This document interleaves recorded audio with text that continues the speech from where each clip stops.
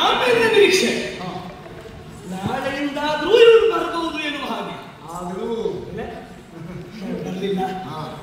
ಮಾಡಿ 2 ದಿನ ಆಯ್ತು ಬಂದು. ನಮ್ಮ ನಿರೀಕ್ಷೆಗೆ ನೀವು ಬರಲಿಲ್ಲ. ಯಾಕೆ ಬರಲಿಲ್ಲ? ಇವತ್ತಿನ ದಿವಸ 15 ದಿವಸ ಯುದ್ಧ. ಅದು ಯಾಕೆ ಬರಲಿಲ್ಲ? ಕಾರಣ ಏನು ಕಾರಣ? ಈ ಕೆಲವೆಲ್ಲ ದೊಡ್ಡ ದೊಡ್ಡ ತಲೆಗಳೆಲ್ಲ ಇದ್ದಾರೆ. ಮೊದಲೇ ಬರಬೇಕು ಅಂತ ಹುಡ್ಕೊಂಡು ಆದ್ರಿಂದ ಅವ್ರನ್ನೆಲ್ಲ ಮುಗಿಲಿ, ಆಮೇಲೆ ನಾವು ನೋಡೋಣ ಅಂತ. ಇವತ್ತು ಗೊತ್ತಾಯ್ತು. ಏನು ನೀವು ಬರಬೇಕಾದ ಸನ್ನಿವೇಶ ಬಂದಾಗ ದೊಡ್ಡ ತಲೆ ಬಗ್ಗೆ ಯೋಚನೆ ಮಾಡ್ತೀರಿ ಅಂತ ಗೊತ್ತಾಯ್ತು. ಖಂಡಿತ. ಯಾಕಂದ್ರೆ ಅವರ ದೊಡ್ಡಸ್ತಿಗೆ ಒಂದು ಮಾನ್ಯತೆ ಕೊಡಲೇಬೇಕು. ಆದ್ರೆ ಶಲ್ಯ ಅಂತ ಹೇಳಿದ್ರೆ ಶಾಲೆ ಅಲ್ವಾ? ತಲೆಗೆ ಕಟ್ಟಿದರೆ ಮುಂಡ ಹೌದು ಚಂದ, ಹೆಗಲಲ್ಲಿಟ್ಟರೆ ಶಲ್ಯ, ಅದು ಶಾಲೆ ಬಹಳ ತಲೆಯಲ್ಲಿ ಹೆಗಲ ಮೇಲೆ ಇರಬೇಕಾದ ಶಲ್ಯ ಕಾಲನ್ನು ಒರೆಸುವುದಕ್ಕೆ ಅಡಿಗಡೆ ಹಾಕೊಂಡ್ರೆ ಸರಿ ಅಂತ ಕೇಳಿದ್ರು. ಅಷ್ಟೇ ಆದ್ರೆ ಸರಿಯಲ್ಲ. ನಮಗೆ ಈಗ ಮಾತ್ರ ಸಂತೋಷ ಆಯಿತು. ಪ್ರಾಮಾಣಿಕ ನೀವು ಕಾಣುವುದಕ್ಕೆ ವಯಸ್ಸಾದದ್ದು ಗೊತ್ತಾಗದೇ ಇದ್ರು ವಯಸ್ಸಾಗಿದೆ ಅಂತ ಒಪ್ಕೊಂಡ್ರಲ್ಲ, ಅದನ್ನು ಮುಚ್ಚಲಿಕ್ಕಾಗ್ತದೆ. ಹೌದು.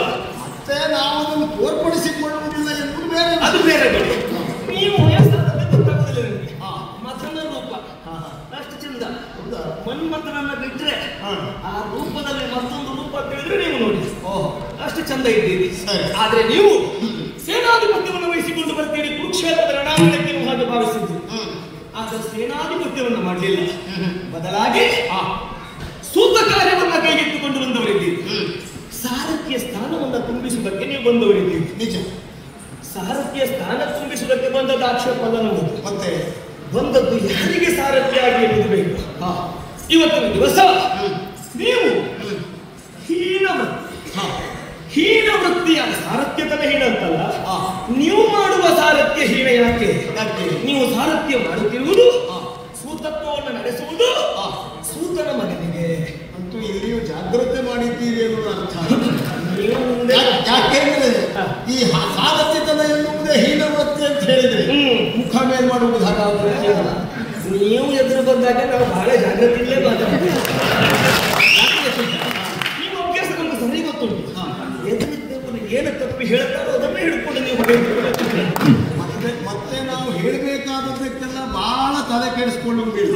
ಆ ಬಗ್ಗೆ ವಿಶ್ವಾಸ ಉಂಟು. ಆಚೆ ಇದ್ದದ್ದು ಈಚೆ ತಗೊಂಡು ಹೇಳ್ತಾ ಆ ಬಗ್ಗೆ ವಿಶ್ವಾಸ ಉಂಟು. ನೀವು ಬರುವಾಗ ಬಹಳ ಏನು ತಲೆ ಕೆಡಿಸಿಕೊಂಡು ಬರುವುದಿಲ್ಲ. ಯಾಕೆ? ತಲೆ ಕೆಡಿಸಿಕೊಂಡು ಬಂದವ ಅಪ್ಪಿ ತಪ್ಪಿ ಯಾವುದಾದ್ರೂ ಒಂದು ಹೊತ್ತಾಗ್ತಾನೆ, ಎತ್ತಿ ಬಿಸಾಡುವಂತ ಯೋಚನೆಯಲ್ಲೇ ನೀವು ಬರುವುದು. ಆದ್ರೆ ನಾವು ಮಾತ್ರ ಹಾಗಲ್ಲ, ಬಹಳ ಜಾಗರೂಕತೆಯಾಗಿ ನಿಮ್ಮ ಮುಂದೆ ವಿವರಿಸುವುದು. ಇತ್ತೀಚೆಗೆ ಸುದ್ದಿ ಮೊದಲಿಂದ ಮಚ್ಚ ಮಾಡಿದ್ದು ನೀವು ಸಿಕ್ಕಿದ್ರೆ ನಮಗೆ ಅಪರೂಪ ಬಿಟ್ರೆ ಇಲ್ಲಿವರೆಗೆ ನಾವು ಮುಖಾಮುಖಿ ಆಗೋದಿಲ್ಲ. ಇವತ್ತಾಗಿದ್ದೇವೆ. ಇದುವರೆಗೆ ನಾವು ಕುರುಕ್ಷೇತ್ರದ 17 ನಿಮಿಷದ ಯುದ್ಧದಲ್ಲಿ ಸಾರಥಿ ಎದುರಾಗಿ ಮಾತನಾಡಿದ್ದಿಲ್ಲ. ಇವತ್ತು ಮಾತನಾಡಬೇಕಾದ ಅನಿವಾರ್ಯ ಪರಿಸ್ಥಿತಿಯನ್ನ ನೀವೇ ತಂದಿಟ್ಟವರಿದ್ದೀರಿ. ಕರ್ಣನ ಬಂಡಿಯನ್ನು ನಡೆಸುವ ಈ ಹೀನ ಕೃತ್ಯ ಯಾಕೆ ಬರ್ತದೆ?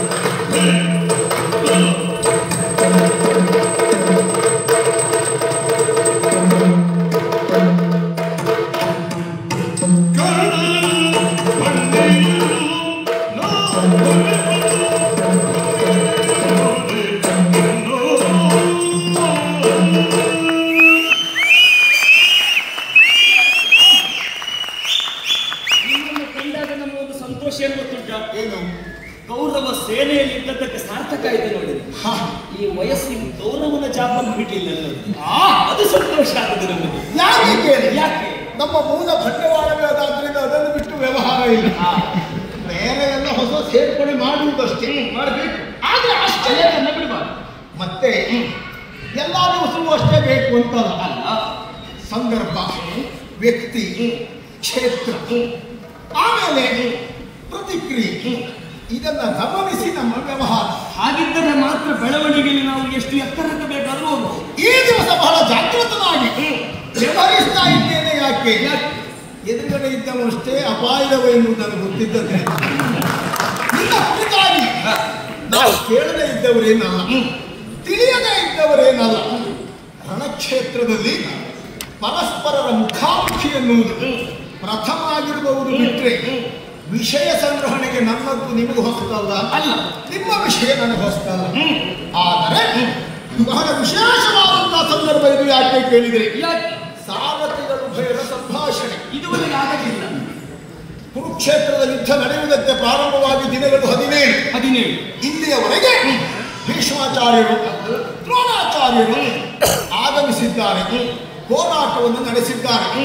10 ದಿವಸಗಳ ಪರ್ಯಂತರವಾಗಿ ಭೀಷ್ಮಾಚಾರ್ಯರು ಹೋರಾಟವನ್ನು ನಡೆಸಿ ಆಮೇಲೆ ಶರಶೈಯಲ್ಲಿ ಹೊರಗಿದ್ರು.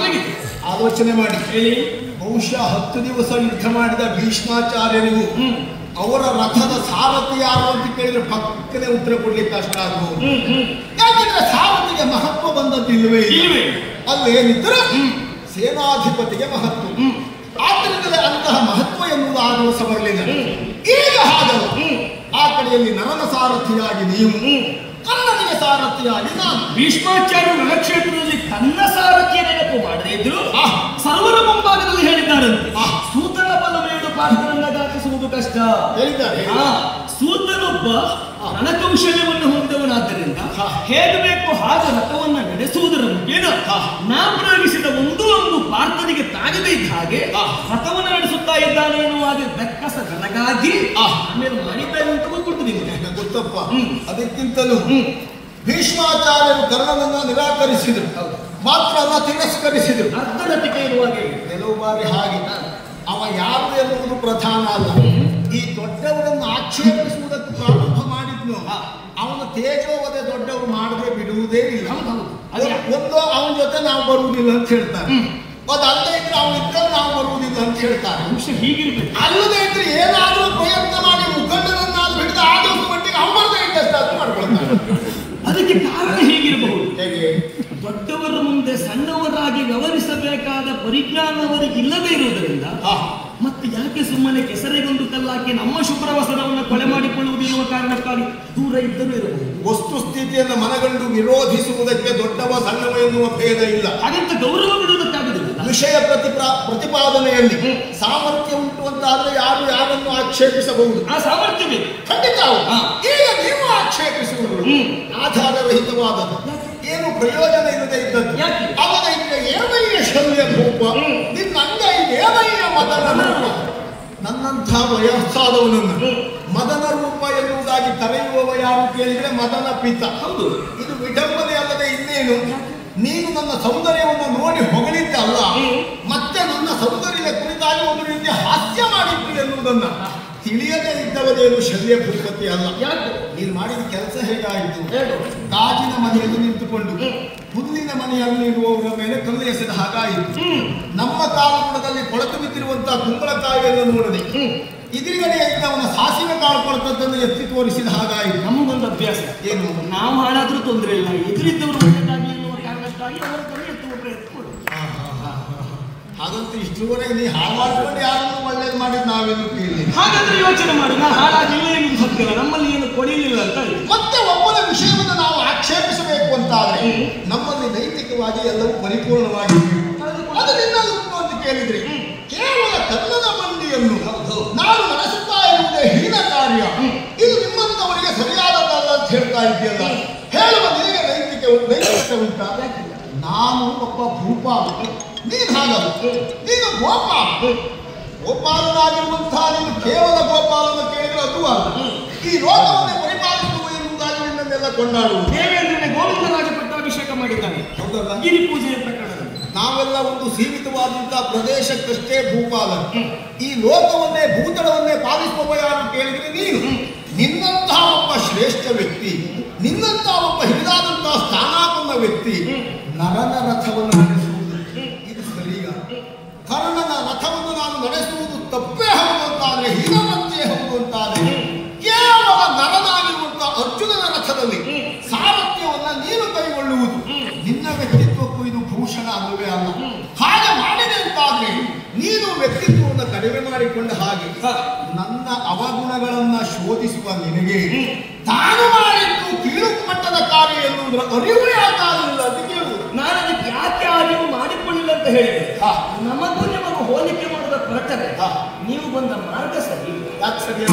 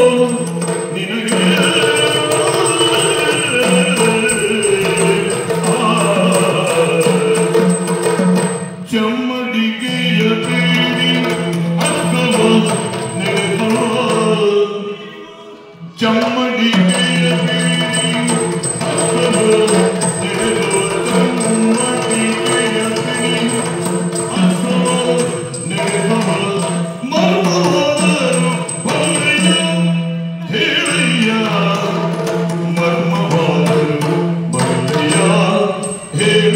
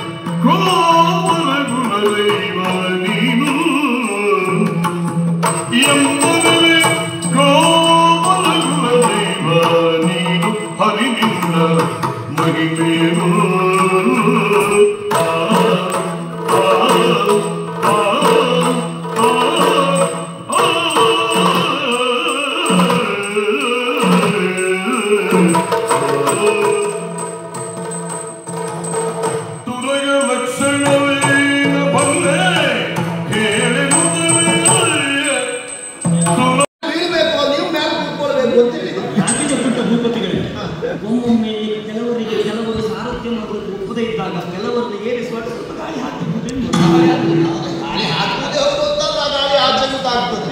ಮತ್ತೆ ಈ ಕಡೆಗೆ ಮಾತ್ರ ಗಾಳಿ ಹಾಕುವುದು. ನಾವು ನಿಬಂಧನೆಯನ್ನು ಸಲ್ಲಿಸೇ ಬಂದವು, ಹೀಗೆ ಆಗಬೇಕು ಎನ್ನುವುದಾಗಿ ಒಪ್ಪಂದವನ್ನು ಮಾಡಿಕೊಂಡೇ ಬಂದವು. ಅದು ನಿಮ್ಮ ಹತ್ರ ಹೇಳುವುದಿಲ್ಲ, ನಿಮ್ಮ ಹತ್ರ ಕೇಳ್ತಾರೆ ಅಂತ ಒಪ್ಪಿದ್ದಾರೆ.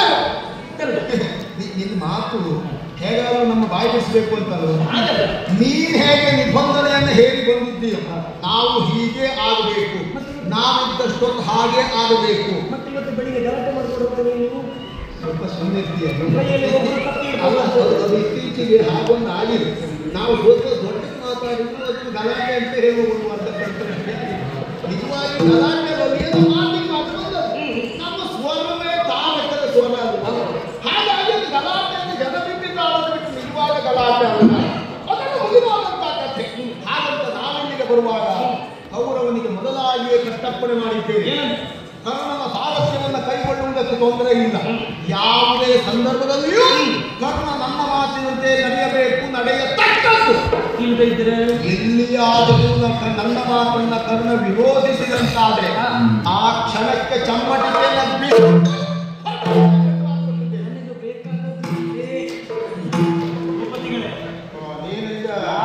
ನೀವು ಆಡಿದ ಮಾತಿಗೆ ಊಟ ಮಾಡಿದಾಗ 1 ಲಕ್ಷ ಮನೆ ಸೇನೆಯನ್ನ ಕೌರವನ ಸಮೀಪ ಇಟ್ಟು ಧರ್ಮರಾಯನ ಹತ್ತಿರ ಬಂದವರು ಒಂದು ಮಾತು ಹೇಳಿದ್ರೆ ನಾನೇನು ಹೇಳುದಿಲ್ಲ, ಆ ಮಾತು ನೆನಪಿರ್ಬೇಕು.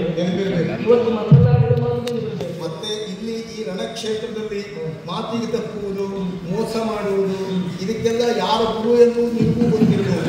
ಹಾಗಾಗಿ ನಾವೇನು ಹೊಸದಾಗಿ ಮಾಡಬೇಕಾದದ್ದಿಲ್ಲ. ಆದರೆ ನಿನ್ನದೊಂದು ಲಕ್ಷಣ ಅಡ್ಡಿಲ್ಲ ಪುಣ್ಯಾತ್ಮ. ಆ ಸುಗಾಡ ನಿನ್ನ ಮುಂದೆ ಬಿಳಿ ನಗೆ ಎನ್ನುವುದು ಎಂಥವರನ್ನು ಬಂದ ಮಾಡ್ತಾರೆ.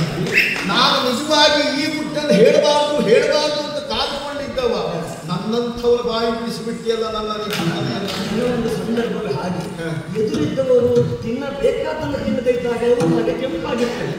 ನಮ್ಗೆ ಏನು ಬೇಕು ಅದನ್ನು ಸ್ವೀಕಾರ ಮಾಡಿದ್ರೆ ಬೆಳೆಯೋದು. ನಾವು ಯಾಕೆ ತಿನ್ನಿಸೇವೆ ಎನ್ನುವುದು ನನ್ನ ಹಾಗೆ ಅನುಭವ ಇದ್ದವರಿಗೆ ಗೊತ್ತಿಲ್ಲ. ನಮ್ಮೊಳಗೆ ನಡೆಯಬೇಕಾದಂಥ ಮಾತುಕತೆಗಳು ಇಷ್ಟು, ನಿನಗೆ ಬೇಕಾದ ಇಷ್ಟು. ನಾವೇ ಮಾತಾಡ್ತಾ ಇದ್ರೆ ಮಾತಾಡೋರಿಗೆ ಇವತ್ತು ಪ್ರಸಂಗ ಯಾವುದು? ಶ್ರದ್ಧೆ ಕೃಷ್ಣನ ಕಾಲಗಾಲ. ಇಷ್ಟೊತ್ತಾದ್ಮೇಲೆ ನಿಮಗೆ ಗೊತ್ತಾಯ್ತಲ್ಲ, ಅದೇ ಸಂತೋಷ. ಇಷ್ಟೊತ್ತಾದ್ಮೇಲೆ ಗೊತ್ತಾದದ್ದಲ್ಲ, ನನಗೆ ಮೊದಲೇ ಗೊತ್ತುಂಟು. ಈ ಸಂದರ್ಭಕ್ಕೂ ನಾನು ಇಷ್ಟು ಮಾತಾಡ್ತಾ ಇದ್ರೆ ಮತ್ತೆ ಪ್ರಸಂಗ ಮುಗಿಯುವಲ್ಲಿವರೆಗೆ ನಮಗೆ ಅವಕಾಶ ಇಲ್ಲ.